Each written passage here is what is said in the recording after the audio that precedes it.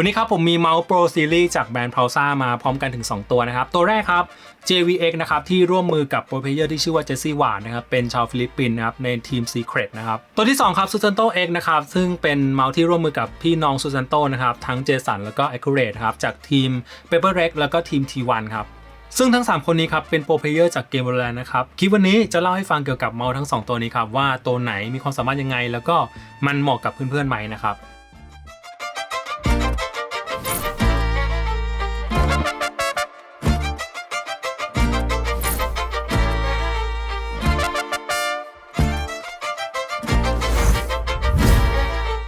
เมาส์จาก Pro Series ครับก็แน่นอน Pulsa เขาก็ได้ร่วมมือกับโปรเพลเยอร์ที่ทาง Pulsa เขาได้สนับสนุนนะครับทั้งทีม Secret แล้วก็ทีม Purple Rex นะครับมาดูตัวกล่องก่อนนะครับตัวกล่องก็จะแสดงหน้าตาของตัวเมาส์ครับก็แน่นอนจะมีแค่สีเดียวนะครับ JVX ก็จะมีสีขาวแล้วก็ Susanto X ก็จะเป็นสีดำตัดกับชมพูนะครับแล้วก็เป็นข้อมูลนะครับข้อมูลโปรเพลเยอร์ที่เขาได้นำมาคัดเลือกนะครับแล้วก็เป็นข้อมูลตัวเมาส์นะครับคือ Pulsa เขาโดดเด่นในเรื่องงานดีไซน์เหมือนกันนะครับอันนี้ข้างในตัวกล่องเป็นลายเซ็นนะครับแล้วก็เป็นกราฟิกนี่นะครับของในกล่องจะคล้ายๆกันนะครับอย่างแรกเลยคือตัวเมาส์นะครับแล้วก็นี่เป็นตัวรับ 8K ครับด้านข้างก็จะเป็นกราฟิกนะครับนี่เป็นลายเซ็นของ Jessie Ward นะครับแล้วก็เป็นโลโก้ Susanto คู่มือสติ๊กเกอร์ครับให้ฟีดดอทมาด้วยครับแล้วก็เป็นการ์ดสะสมนะครับนี่เป็นหน้าตาของเจ้าของเมาส์นะครับด้านหลังก็เป็นพวกสเปคของตัวเมาส์อย่างแรกคือเรื่องของน้ำหนักนะครับ JVX มีน้ำหนักอยู่ที่ 56.1 นะครับแล้วก็ Susanto X มีน้ำหนักอยู่ที่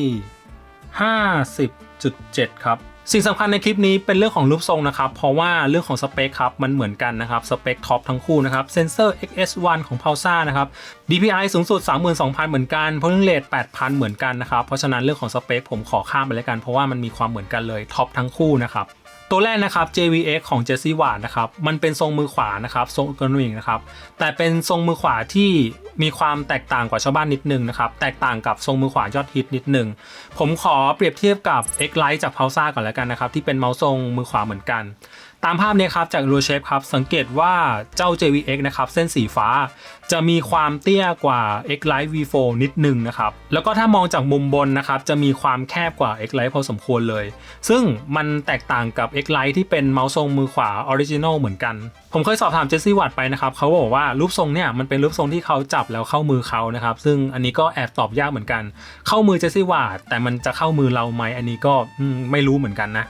นี่ครับเพื่อนๆลองดูเวลาเปรียบเทียบจริงๆนะครับสังเกตนะครับมันจะมีความคล้ายกันก็จริงถ้ามองมุมเนี่ยมันคล้ายกันก็จริงนะครับแต่จับไม่รู้สึกคล้ายเลยตัวนี้จะมีความแคบจะมีความตรงกลางจะแคบนะครับเวลาจิกตัวเมาส์ตัวนี้จะจิกได้ดีมากส่วน X-Lite ครับ X-Lite ตรงนี้จะมีความกว้างมากเลยเวลาจิกผมรู้สึกว่าดีไม่เท่า JVX เวลาจิกเมาส์ดีกว่าเวลาจับแบบ Core Grip นะครับ JVX จะทำได้ดีกว่าด้านหน้าครับผมมีความรู้สึกว่า JVX มีความแคบพอสมควรเลยเนี่ยเพื่อนๆดูนะครับเวลาวัดกันเวลาแคบผมรู้สึกว่าเวลาเราแบบเล็งเมาส์แบบใช้นิ้วในการหันใช้นิ้วในการควบคุมทิศทางรู้สึกว่าทำได้ดีกว่าพูดง่ายๆผมรู้สึกว่ายิ่งเมาส์ด้านหน้าแคบเราจะเล็งได้แม่นยำมากยิ่งขึ้นเราจะใช้นิ้วเราในการหันได้ดีมากยิ่งขึ้นรู้สึกอย่างนั้นนะครับแล้วก็ความเตี้ยครับ JVX จะมีความเตี้ยกว่าแต่ส่วนสโลปด้านท้ายจะมีความคล้ายๆกันนะตรงนี้ผมรู้สึกว่าคล้ายๆกันตรงนี้ก็มีความลาดเอียงเหมือนกันก็ผมสรุปอย่างนี้ดีกว่าตัว X-Lite มันจะมีความเป็น Original จะมีความเหมือน Redder มีความเหมือน Zowie EC ส่วนตัวเนี้ยมันเป็นทรงมือขวาที่แตกต่างกับชาวบ้านแปลกกว่าชาวบ้านแต่ต้องมาลองจับเองอันนี้ผมก็ให้คำตอบไม่ได้เหมือนกันว่าเพื่อนๆจับตัวไหนแล้วมันจะเข้ามือเพื่อนๆอันนี้ให้คำตอบยากแต่ผมบอกได้แค่ว่าถ้าใครจับ Core Grip คิดว่า JVX น่าจะทำได้ดีกว่าSusanto X ครับผมสรุปว่ามันเป็นเมาส์ไซส์เล็กแล้วกันนะครับเพราะว่าความสั้นเขาเป็นเมาส์ที่มีความสั้นนะประมาณ119มิลนะครับแล้วก็ส่วนสูงประมาณ39มิลคือถ้าเกิดเรามองตรงเนี้ยมันจะดูเป็นเมาส์ธรรมดามากเลยด้านหน้าจะแคบนะครับด้านท้ายจะบานออกส่วนด้านข้างนะครับมันจะมีความไล่ไปค่อยๆบานออกนะครับตรงนี้จะมีความแบนๆเป็นรูปทรงที่ไม่แปลกเลยเป็นรูปทรงที่ธรรมดามากนะครับแต่ก็แอบรู้สึกว่าด้านหน้ามีความแคบนิดๆนะครับคนนิ้วใหญ่อย่างผมนะครับเวลาวางแล้วค่อนข้างเต็มเหมือนกันเนี่ยมันจะเต็มเลยนะครับแต่ก็แอบมีความว้าวๆนิดๆนะครับให้เราวางนิ้วได้สบายมากขึ้นตรงนี้ชอบมากนะครับแล้วก็สคอร์วิวแอบมีดีเทลเล็กๆนะครับเป็นลวดลายประมาณนี้นะ แล้วก็มีโลโก้ของ Susanto นะครับเรื่องรูปทรงครับผมขอเปรียบเทียบกับตัวนี้แล้วกันนะครับ Pro X Superlight 2C หรือว่าเราพูดว่าเป็น G Pro Mini ก็ได้นะครับลายเส้นตามนี้เลยก็แอบคิดเหมือนกันว่ามันมีความคล้ายๆกันนะครับแอบคิดว่ามีความคล้ายๆกันเหมือนกันถ้าดูเรื่องของสัดส่วนต่างกัน1มิลผมถือว่าไม่ต่างนะครับเพราะฉะนั้นผมจะสรุปแบบนี้ได้ไหมว่าเจ้า Susanto X นะครับมีรูปทรงเหมือน G Pro Miniภาพนี้นะครับจากงาน Valorant ที่ปารีสที่ผ่านมานะครับสังเกตท่าทางการจับของเจสันนะครับซึ่งเจสันเขาใช้ Susanto X ในงานนะครับใช้เมาส์ตัวนี้ในงานท่าทางการจับเขาจะออกแนว Core Grip เหมือนกันนะจะจับแบบ Core Grip นะครับส่วนขนาดมือที่แนะนำนะผมรู้สึกว่าเมาส์ตัวนี้มันเล็กว่ะคนที่มือขนาดกลางไปถึงเล็กน่าจะเข้ากับเมาส์ตัวนี้ได้แต่มันก็แอบมีความแปลกอย่างหนึ่งคือคนอย่างผมคนมือใหญ่ใช่ไหมมาจับเมาส์ตัวนี้ครั้งแรกนะครับผมรู้สึกว่ามันเข้ามือเลยรู้สึกว่าเราไม่ต้องปรับตัวอะไรมากคือมันเล็กก็จริงนะครับแต่มันเป็นความเล็กที่เราปรับตัวไม่ยากแต่ก็บอกไว้ก่อนนะตรงนี้แคบนะครับตรงนี้แคบเวลาวางนิ้วไปค่อนข้างเต็มเหมือนกันแล้วก็ส่วนบริเวณตรงเนี้ยผมรู้สึกว่าเวลามันบานออกมันจะมีความซัพพอร์ตกับอุ้งมือของเราดีมันจะมีความแทงอุ้งมือของเราดีเวลาจับแบบคอกริปที่จะต้องสัมผัสตัวส่วนเนี้ยตรงเนี้ยมันจะแทงอุ้งมือเราเลยซึ่งตรงนี้ผมชอบนะรู้สึกว่าจับได้กระชับดีถนัดดีเพียงแต่ว่า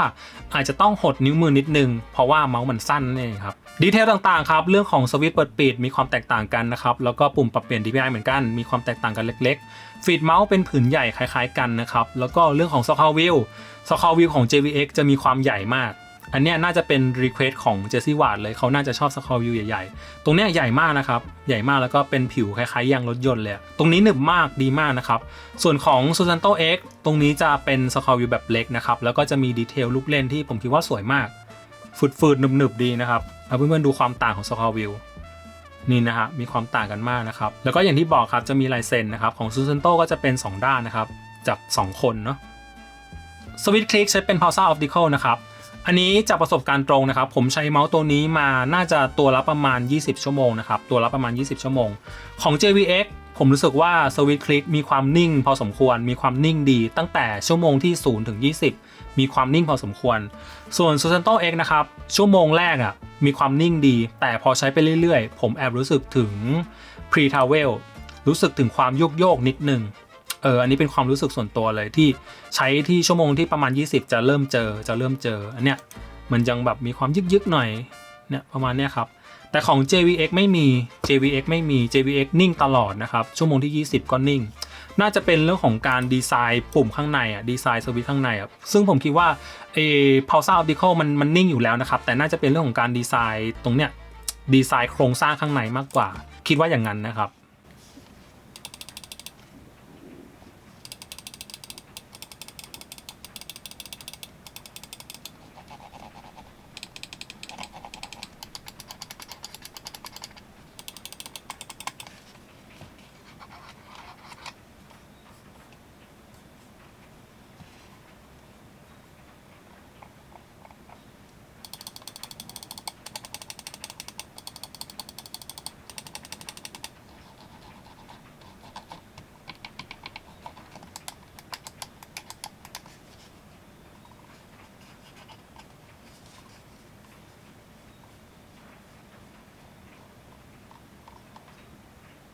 ซอฟต์แวร์นะครับ Bibimbap นะครับหน้าตาน่ารักมากอันนี้ชื่นชม Pulsar เลยงานดีไซน์โคตรดีเลยดีไซน์อะไรสวยหมดเลยน่ารักหมดเลยผมขอสาธิตแค่ตัวเดียวนะครับอันนี้ของ Susanto นะครับนี่อัปเดตเฟิร์มแวร์นะครับยังไม่ได้อัปเดตเลยโทนสีเท่มากนะครับของ Susanto นะครับเป็นโลโก้นะครับหน้าแรกคัสตอมไมซ์ตั้งค่าปรุงต่าง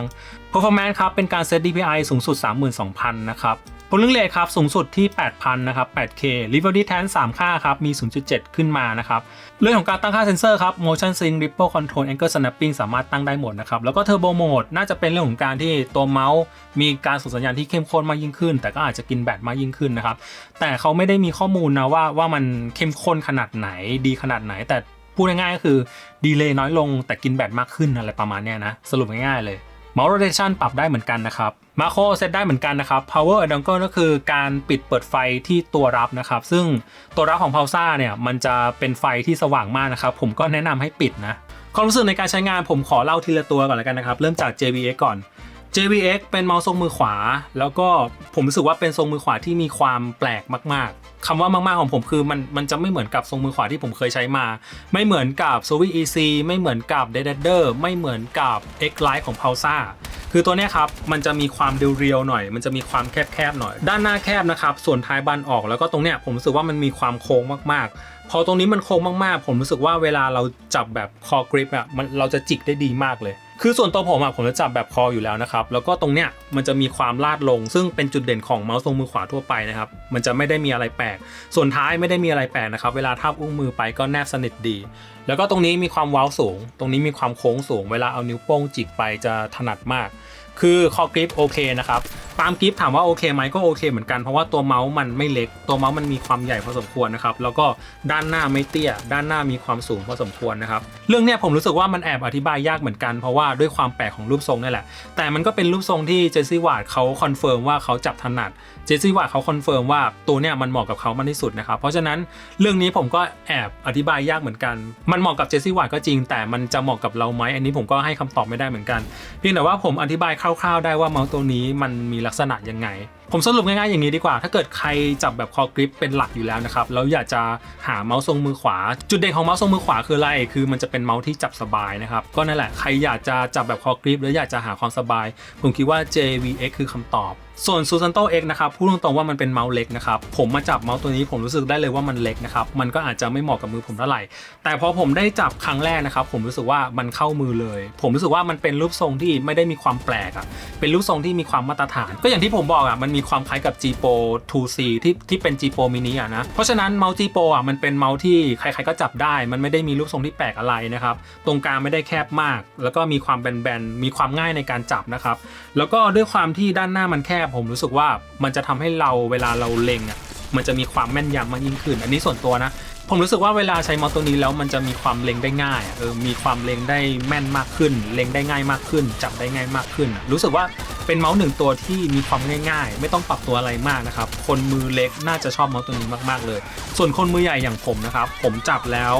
ปรับตัวไม่ยากนะครับปรับตัวไม่ยากจับครั้งแรกแล้วเข้ามือเลยก็เป็นความพิเศษของรูปทรงนี้เหมือนกันPulsar Thailand วางขายนะครับแล้วก็รับประกันด้วยคือเวลาของหมดอ่ะเขาก็จะนำเข้ามาเรื่อยๆนะครับแล้วก็ Pulsar Thailand ก็จะมีโค้ดลดอยู่ตลอดเวลาเลยก็ไปลองช้อปปิ้งดูแล้วกันนะครับผมคิดว่าถ้าเกิดใครเป็นแฟนโปรเพลเยอร์ทั้ง3คนนี้ควรจะมีเก็บสะสมไว้เหมือนกันนะครับคือผมก็ไม่กล้าพูดนะว่าใช้เมาส์2ตัวนี้แล้วมันจะเล่นดีขึ้นแต่ผมคิดว่าถ้าเกิดเรามีเมาส์ที่โปรเพลเยอร์เขาใช้อ่ะเราเป็นแฟนคลับของเขาอ่ะผมคิดว่ามันก็เหมาะสมที่จะเก็บสะสมเหมือนกันนะประมาณนี้ก็เพื่อนๆมีคำถามอะไรถ้าผมตอบได้ผมจะตอบนะครับพิมพ์ใต้คลิปนี้เลยเจอกันกับคลิปหน้าครับสำหรับวันนี้สวัสดีครับ